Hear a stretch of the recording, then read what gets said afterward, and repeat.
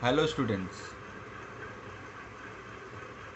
today's we will do third application of dimension analysis, that is derivation of relation between different physical quantity. We will derive an expression for physical quantities which depends on each other. So here we again use principle of homogeneity.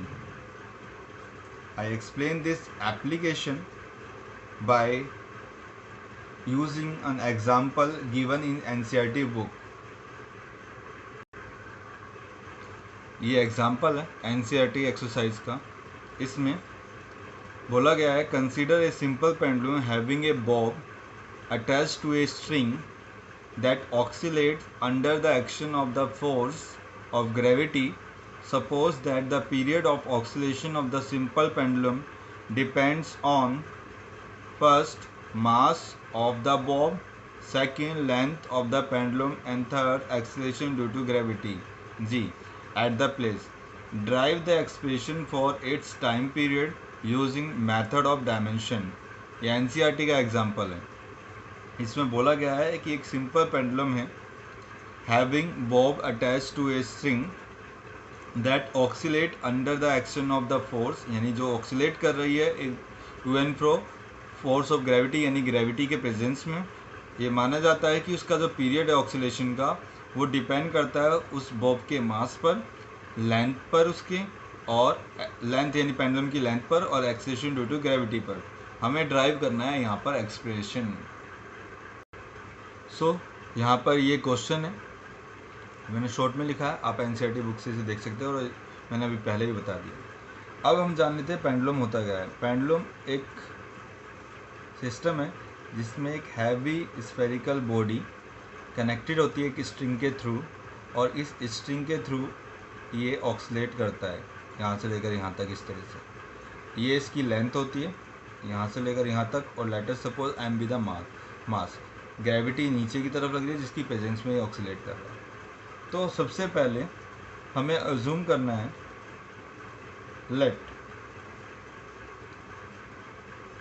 the time period, that is t, directly proportional to या proportional to m power a. ये a power है, यानी कि ये minus में है, plus में है, या रैशनल है, किस तरीके वो अभी हमें नहीं पता. बट हमें ये पता है कि t जो है m पे डिपेंड करता है. यहाँ पर ये प्रोपोर्शनलिटी कांस्टेंट है, अभी हमें नहीं पता ये डायरेक्टली है या इनवर्सली है, बट हमें ये पता है कि ये प्रोपोर्शनल है m के. इसी तरह से t प्रोपोर्शनल टू l, मैंने इसकी पावर लिया b, then t proportional to small g और इसकी पावर है c. g is acceleration due to gravity. अब तीनों को एक कंबाइन फॉर्म में हम लिख देते हैं m a l b g c. हमें एक्चुअली में ए बी सी की ही वैल्यूज़ निकालनी है. अगर हमें ए और बी सी की वैल्यूज़ मिल जाएगी तो हम इसे सोल्व कर देंगे. इसको हटाते हैं और एक कांस्टेंट इंट्रोड्यूस करते हैं.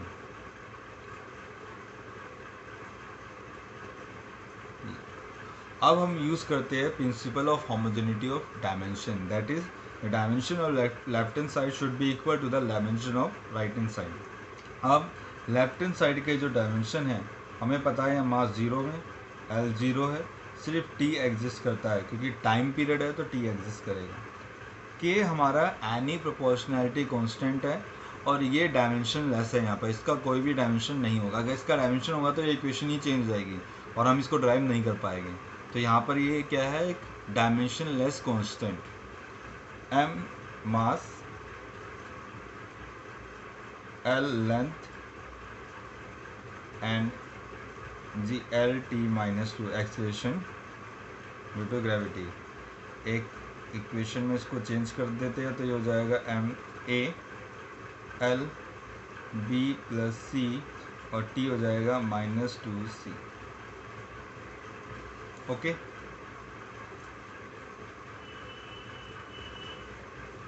अब जो है हम यहाँ पर कंपेयर करते हैं ये डायमेंशन एम एल टी, तो क्योंकि ये इक्वेशन तभी ठीक हो सकती है जब दोनों साइड के डायमेंशन सेम हो। तो अगर हम दोनों के डायमेंशन के कोफिशिएंट कंपेयर करें, on comparing we get a equal to 0, b plus c equal to 0 and -2c is equal to 1। So a की वैल्यू हमें मिल गई 0, यहाँ से c हो जाता है हमारा -1/2, और यहाँ से अगर हम b की वैल्यू निकालें तो ये हो जाएगा -c, that is +1/2। Hence we get values of a, b, c है। तो ये इक्वेशन फाइनली फिर हम लिखते हैं t equal to k m0 l 1/2 g -1/2, k equal to capital T equal to k, m power 0 है तो 1 हो गया, और यहाँ पर ये आ गया l/g। अच्छा, अगर हमें k की वैल्यू गिवन है तो हम k की वैल्यूज़ को यूज़ करेंगे। अगर k की वैल्यू हमें नहीं दे रखी है तो उस केस में हम k को एज इट इज छोड़ देंगे, और अगर k की वैल्यू दे रखी है, जैसे कि मुझे पता है कि ये 2π होता है, तो ये 2π आ जाएगा। तो अगर क्वेश्चन में k की वैल्यू हमें दे रखी है तो हम पुट करेंगे, अगर नहीं दे रखी तो हम इतना करके छोड़ देंगे, यहाँ तक ही, हमें आगे नहीं बढ़ना। ठीक है, तो k की वैल्यू 2π पुट करी, 2π पुट करने के बाद हमें ये मिल जाएगा। तो ये डायमेंशन एनालिसिस के ऊपर हमने ड्राइव किया है, और इसी तरह आपको आगे भी बहुत सारे क्वेश्चन ड्राइव करने होंगे। ये क्वेश्चन है आपके लिए होमवर्क। इस क्वेश्चन में drive an expression for the centimetre force F, यानी फोर्स है acting on A particle of mass m, एक पार्टिकल पे लग रहा है, मूविंग विद वेलोसिटी v, जो कि v से मूव कर रहा है, in a circle of radius r, यानी कि एक पार्टिकल एक सर्कल में मूव कर रहा है जिसका मास m है, जिसकी वेलोसिटी v है। तो हमें फोर्स निकालना है, हमें सेंटीमीटर फोर्स निकालना है। तो आपको डायमेंशन वाला मेथड यूज़ करना है, और इस डायमेंशन वाले मेथड के को यूज़ करके ही आगे ड्राइव करना है। इसका आंसर मैं दे रहा हूँ, mv² r, ये इसका आंसर आएगा। ठीक है, आप अपनी अपनी कॉपी में करें इसे, ये होमवर्क है।